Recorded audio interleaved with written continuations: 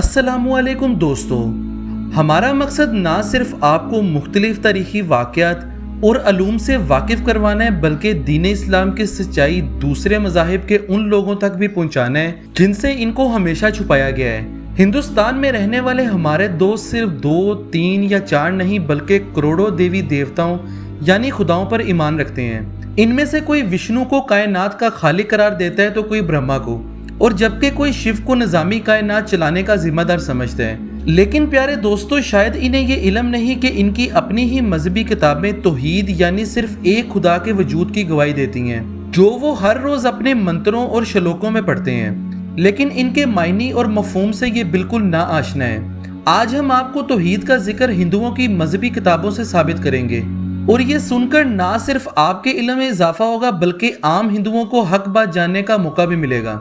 प्यारे दोस्तों, तौहीद हक है, और हक को पहचानने के चंद असूल हैं। अव्वल ये कि हक वो है जो सीने में ठंडक पैदा करे और हक पर अमल करने से सुकून और इत्मीनान नसीब हो।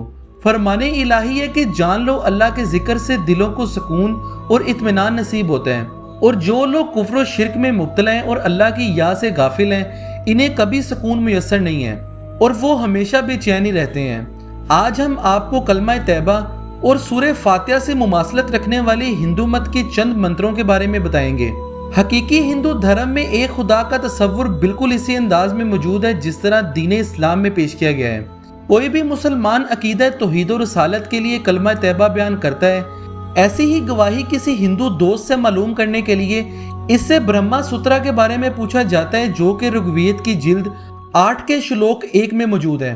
आप ये श्लोक इस वीडियो के अंदर देख सकते हैं। क्योंकि ये संस्कृत का श्लोक है, इसलिए संस्कृत में महारत ना होने की वजह से मैं ये श्लोक अदा नहीं कर सकता, इसीलिए मैं आपसे माजरत चाहता हूँ। इस श्लोक का तर्जुमा कुछ यूं है कि एक ही ईश्वर है कि जिसकी इबादत और प्रस्तिश की जाए, जो एक मबूद है, मालिक है।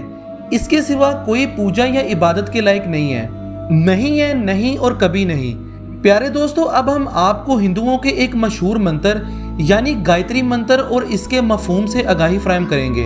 गायत्री मंत्र संस्कृत के कदीम तरीन और ताकतवर तरीन मंत्रों में से एक है। हिंदू मत के मानने वालों का यह अकीदा है कि गायत्री मंत्र के पढ़ने और इसे अपने दिल में कायम करने से दिल को सुकून और जिंदगी में खुशियां नसीब होती हैं।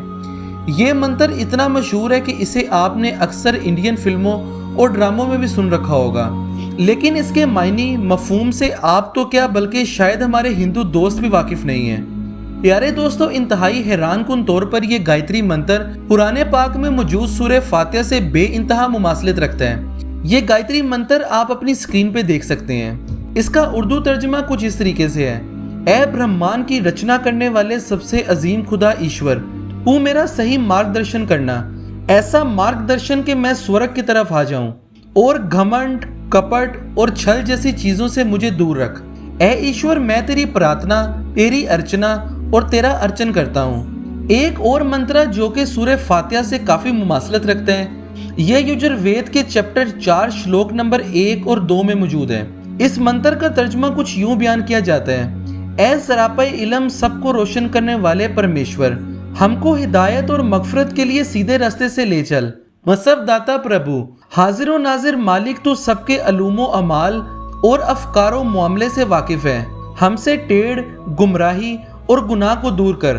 हम तुझे ही बंदगी और हमद पेश करते हैं। प्यारे दोस्तों, अब हम भगवत गीता के अध्याय 3 से 10 को पेश करते हैं। इसके बाद हमारे हिंदू दोस्तों पर तौहीद की हकानियत वाज़ेह हो जाएगी। इसका तर्जुमा है कि ए इंसानों, अपने परमेश्वर को पहचानो, क्योंकि वो एक ईश्वर तुम्हारा पैदा करने वाला है। इस ईश्वर ने तुम्हें वायु यानी हवा दी, अग्नि यानी आग दी, ये धरती दी, आसमान दिया और जल दिया। तुम अपने ईश्वर को पहचानो जिसने तुम्हें इतने इनामात दिए। ऐ इंसानों, अगर तुम मुझे नहीं पहचानोगे तो बहुत बड़ी गुमराही में मुब्तला हो जाओगे। प्यारे दोस्तों, ये तो सिर्फ चंद मशहूर चीजें हैं जो हमने आपके सामने पेश की हैं। इसके अलावा सनातन धर्म की किताबों में कई मुकामात पर एक ईश्वर या एक खुदा का जिक्र मिलता है और इसकी हम्दो सना बयान की गई है। प्यारे दोस्तों, बेशक दीन सिर्फ एक ही है कि जिसकी तालीमात हजरत आदम अलैहिस्सलाम और इनके बाद आने वाले अंबिया कराम और फिर नबी आखिरुज़्ज़मा हजरत मोहम्मद सल्लल्लाहु अलैहि वसल्लम ने पेश की, जो सिर्फ और सिर्फ तौहीद पर ही मबनी है। ہمیں مسلمان ہونے پر فخر ہونا چاہیے اور حضور اکرم صلی اللہ علیہ وسلم کی تعلیمات ہی حق اور سچ پر مبنی ہیں۔ پیارے دوستو، یہ تھی ہماری آج کی ایک چھوٹی سی انفارمیٹیو ویڈیو، اور امید کرتے ہیں کہ آج کی ویڈیو آپ کو ہماری بہت ہی پسند آئی ہوگی۔ ہم اپنے کرسچن اور ہندو بھائی بہنوں سے گزارش کریں گے اور ان تمام عبارتوں پر غور و فکر کی گزارش کریں گے۔ آپ سے ملاقات ہوگی ہمارے آنے والی اگلی ویڈیو میں۔ تب تک کے لیے اللہ نگہبان۔